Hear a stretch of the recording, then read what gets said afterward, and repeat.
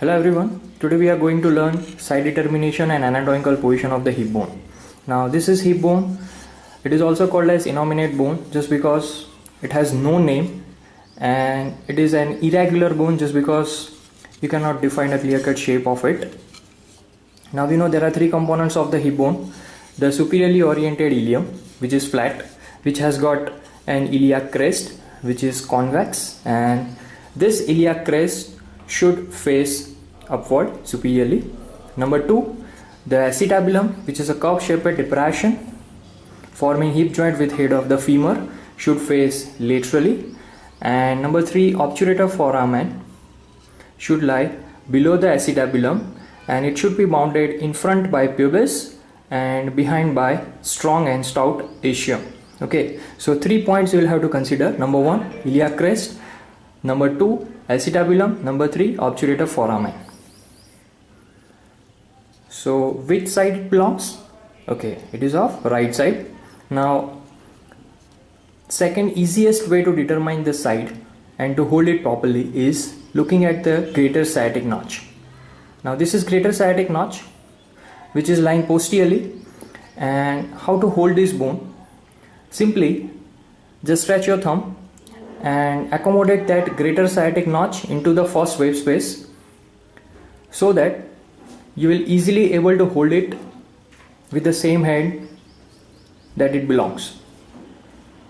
Okay, so it is of right side and you can easily accommodate the greater sciatic notch with the first wave space, right? Now all the features we have discussed, the iliac crest, the acetabulum and the obturator foramen, will follow the same rule even if you are holding it with your first wave space. So this is of right side. Similarly, I have got left hip bone just to show you. Okay, this is left hip bone. Now how I determine? Number 1 is the iliac crest, which is facing upward. Number 2 is acetabulum, which is facing laterally, and the obturator foramen below. Now here again I have got greater sciatic notch, and with the same thing within first wave space I will hold it like this.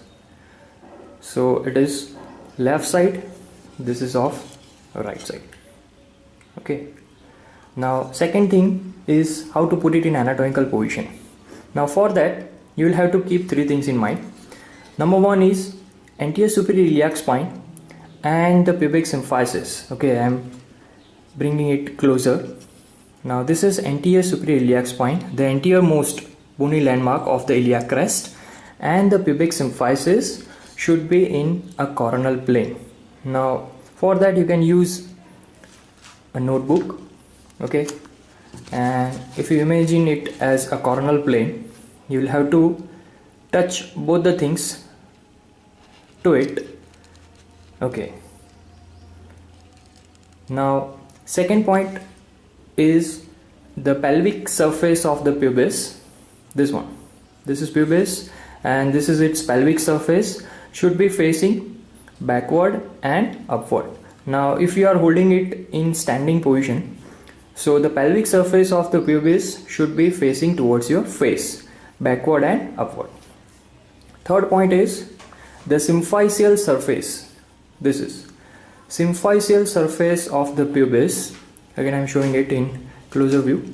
See this, the symphysial surface of the pubis should be in a sagittal plane like this.